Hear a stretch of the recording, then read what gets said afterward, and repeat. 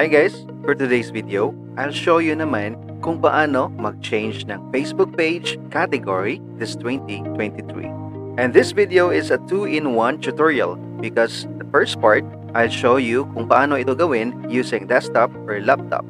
And the last part, I'll show you naman kung paano ito gawin using your mobile phone. But before we start, please like and subscribe. Alright, let's start after this intro.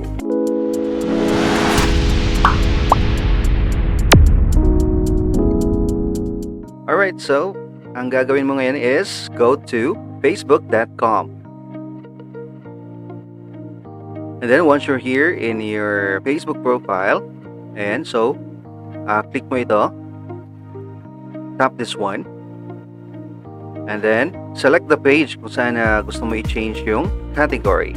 For this tutorial, ito yung papalitan ko yung category, guys. Okay, so pag nandito ka na, and so click mo ito,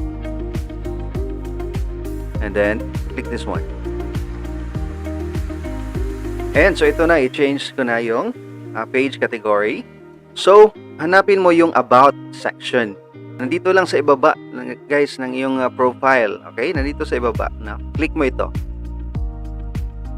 guys, click mo naman itong category.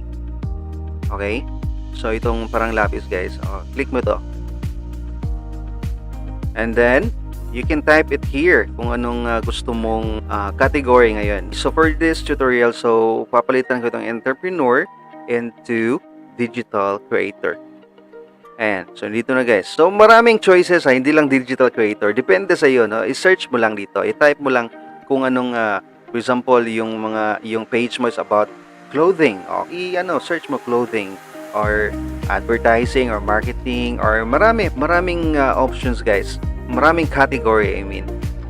Okay, ito may computer store. Okay, so hanapin mo lang yung category mo.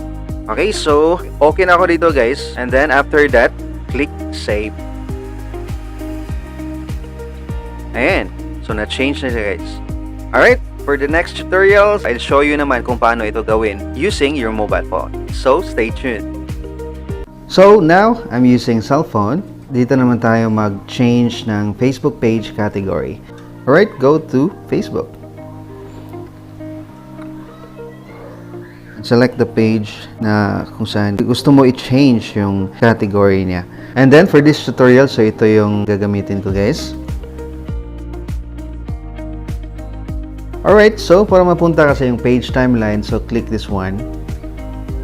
Next, click the 3 dots, alright, and then click edit. Scroll down. So dito sa details guys, okay, click mo itong edit, and so pwede mo nang i-change yung page category mo. Click mo itong parang lapis guys.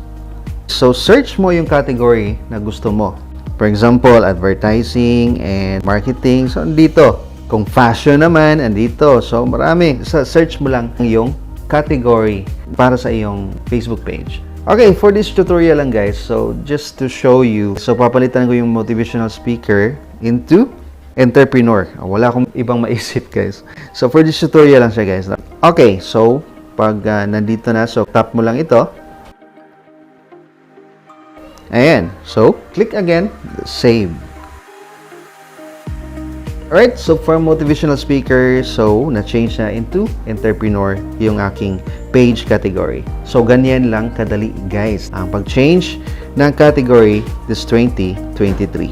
Alright guys, so that's all for this tutorial. So if you learned from this video, don't forget to like and subscribe. Thanks for watching guys. God bless and enjoy life.